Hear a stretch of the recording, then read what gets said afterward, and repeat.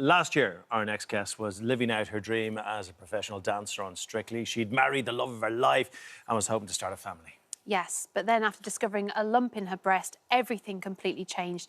And Amy Dowden's world was torn apart when Tess revealed that she had breast cancer at only 32 years old. I mean, it's just everyone's nightmare, isn't it?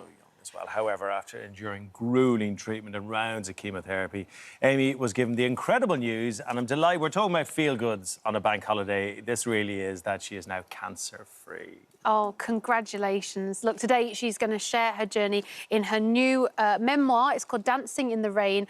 We are thrilled to have you on the sofa with us, Amy, and your story is just so inspirational. So thank you for sharing it as well first. Oh, no, thank you for having me. It's been quite a whirlwind of the last 18 months. And actually, yesterday, my family came and watched me dance for the first time since. Oh. So, and then tonight, the documentary coming out. It just feels like, yeah, it's a lot of emotions at the moment. How are you? Yeah, I'm doing really well, thank you. So I still have my monthly injection. Yep. And will do for the next 5 years. But at the moment, my tests are good, everything's positive. Oh. And yeah, I just feel like, especially in this last week, being back at Elstree at Strictly dancing, and I really feel like the old Amy is back. Good. Because we talk about the physical aspects of cancer treatment, but the mental aspects, I mean, it's hard work, isn't it? It really is, and I talk quite a bit about it in my book and the tools I've used throughout my life through growing up with Crohn's disease, the dancing journey.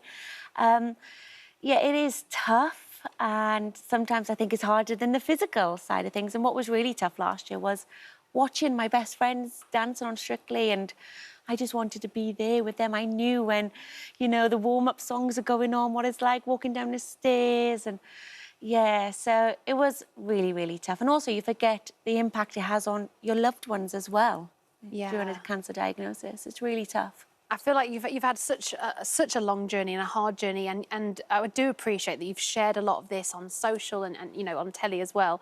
But for those who don't know the story, just tell us, like, how did you find out you had breast cancer to start? Yeah, so I was paired with Tom Fletcher on Strictly Come Dancing, and the Fletchers welcomed me into their family home, and I become really close to Joanna Fletcher, and she got me on the Copperfield trek.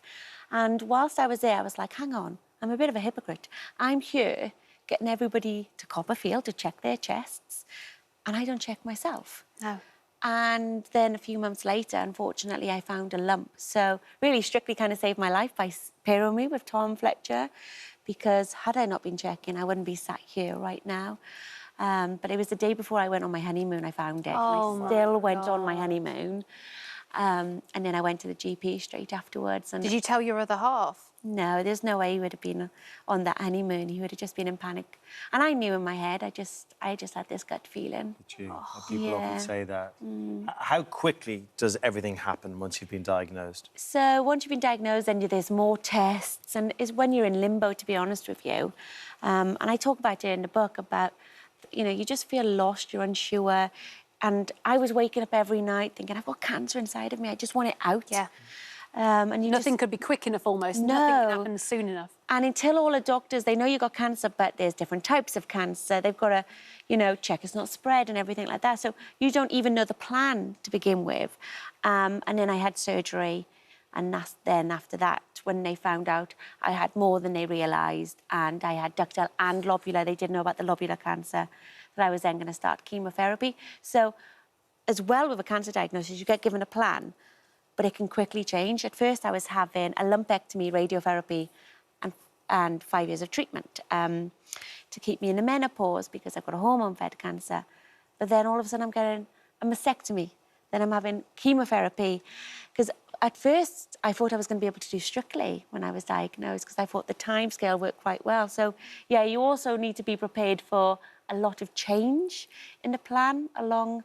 And I always say every cancer diagnosis is different to each individual, and to bear that in mind for everybody. And the doctors who saved my life, the incredible nurses on the Sheldon unit, you know, they go above and beyond, and I'm forever grateful for giving me another shot at life. Because you were quite nervous, weren't you, about the chemo? Yeah. And you were thinking, no, I'm not doing it because that will ruin other things in my life. Yeah. And was it a family member that sort of persuaded you? So it was my friend, one of my best friends, Jenny, who'd just been through breast cancer herself and had chemotherapy, and she kind of pushed me through the doors on that first day, and she kept saying, look at me now, 2 years later, look at my hair, you know, you've seen it. But also I saw what she had to go through, which was so tough. Yeah.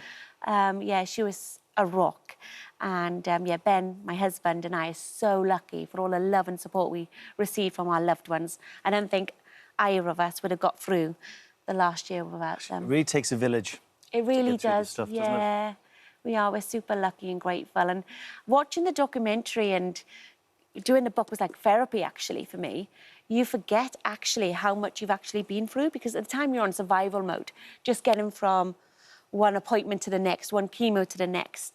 And yeah, and watching it back and doing the book, you're like, did I really go through all that? It's kind of surreal. Well, I bet it is, because it will all just be a blur. It's all just happened, hasn't it? And you just had to take in all this new information. So the documentary is tonight, 8 o'clock on BBC One. Yes. Let's have a little look at this, because it's honestly such an emotional journey.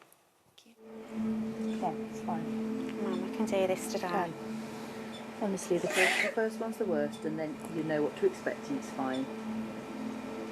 I really don't want to do this. Nobody ever does. But you can do it, because you're strong. Come on, you can do this. You can.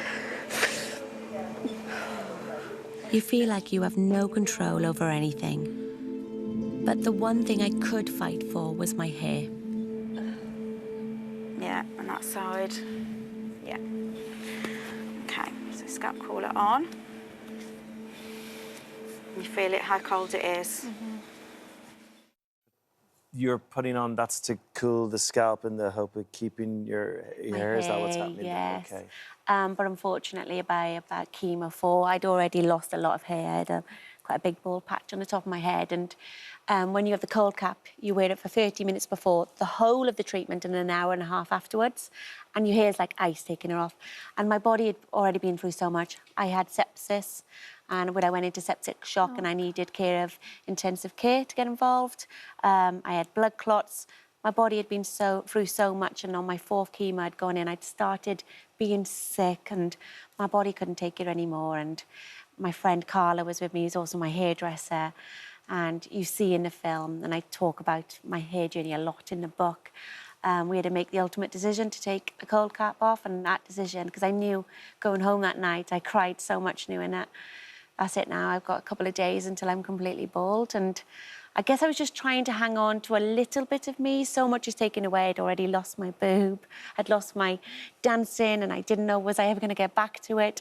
Yeah, I was just trying to hang on to that little bit of me, and I did. I found it really hard. So I was doing a cold cap to try and keep my hair, I think anyone would, and coming from a girl's point of view, you know, your hair is part of who you are, and it can sound so insignificant when you're thinking about all this other stuff to do with cancer, but that is a bit of you. It's like, and this as well. It's almost that feeling, isn't it? What more can you take from me? However, I would say, I mean, I saw the clip of you shaving your head, and it was inspirational. And I feel like it connected a lot of people, didn't it? And people came sort of coming to you with support and saying, thank you for sharing this. Yeah, and actually I'd seen other young ladies, one of which I ended up, Tabby, doing the Copperfield trek with later in the year. She was so brave and shared her experience of shaving her hair. She gave me, to a similar age, the confidence to shave mine. And yeah, online I built up such a lovely community of fellow breasty friends, Pink Sisters.